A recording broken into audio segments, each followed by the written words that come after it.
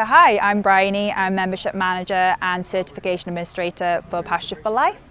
Pasture for Life is all about a 100% pasture-based system for livestock. We're here to talk a little bit about the certification side of things. So our certification is really our North Star of Pasture for Life. It is founded by our members. We often gather feedback from our members to develop and grow that side of things. And yeah, it's an exciting part, an exciting process for the future of farming. So the part of the process is the applicant contacts Pasture for Life.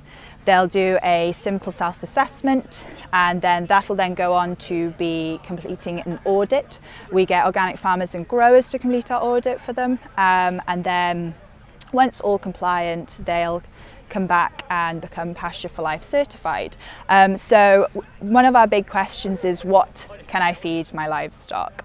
So pretty much a pasture-fed system with the exception of, say, hedgerow browsing, a bit of silver pasture, and yeah, giving that animal that kind of salad bar to consume throughout its life. Things we don't allow that are prohibited, so grains, fodder beet, any concentrates. Apart from minerals. Apart from minerals, but the minerals will have to be, the binding will need to be below 40% molasses, because we are just trying to reduce that non-natural sugar that is consumed by that animal. So really the goal for certification is for that animal to have the most natural life possible. You know, it's going to be browsing through delicious pasture, and then part of that is then when the consumer then goes to their local butcher, they'll be able to know and have confidence in that produce that they're buying is from a 100% pasture-fed animal. And often we find from consumers approaching us that we have people that have, say, intolerances, say like gluten intolerances, and we find that they will seek out Pasture for Life produce because it means that they can ensure that that animal is only consumed, you know, grasses and pastures throughout its life, making it more of a reassurance for them with what they're consuming. So here's Johnny. Hi, I'm Johnnie Balfour. I'm chair of Pasture for Life and a farm just down the road from here in Falkland, where we have a Pasture for Life certified suckler beef herd. From our point of view, the certification allows us enough flexibility that we can feed our animals on our arable ground. 2/3 of our farm is arable and 1/3 is pasture.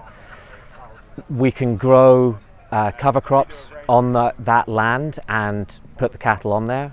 We can grow silage on the arable ground. We actually leave it in the fields and grow forage around them. And we also feed the cattle on the pasture itself. The thing that needed to change from our point of view was getting rid of our TMR. We stopped feeding a barley bean mix which had a bit of molasses in it, a bit of brewer's dark grains, whatever else it was. What we've found is that by moving to a fully pasture-based system, it's meant that we've had to manage our grass in a different way, and managing the grass in a different way we've actually found is a little bit cheaper. So we would probably be feeding our cattle in the way that we are even if we weren't Pasture for Life certified, because we think it's the best way to feed them. Perfect. And so as part of Pasture for Life, we actually certify the animal and not the farm. So that gives more scope for this livestock into arable integration. It also helps to the supply chain that's happening within the UK, and it just gives more kind of depth to the organisation? The way I feel is that it means that if somebody is a new entrant into farming and they are landless, they can be certified with us, and consumers of their products can be assured about what it is that they're eating, even if those animals have been existing on that person's field for some weeks and that person's bit of land for more. I think it's unlike most certifications which are land-based, we are definitely animal-based and very much animal-focused.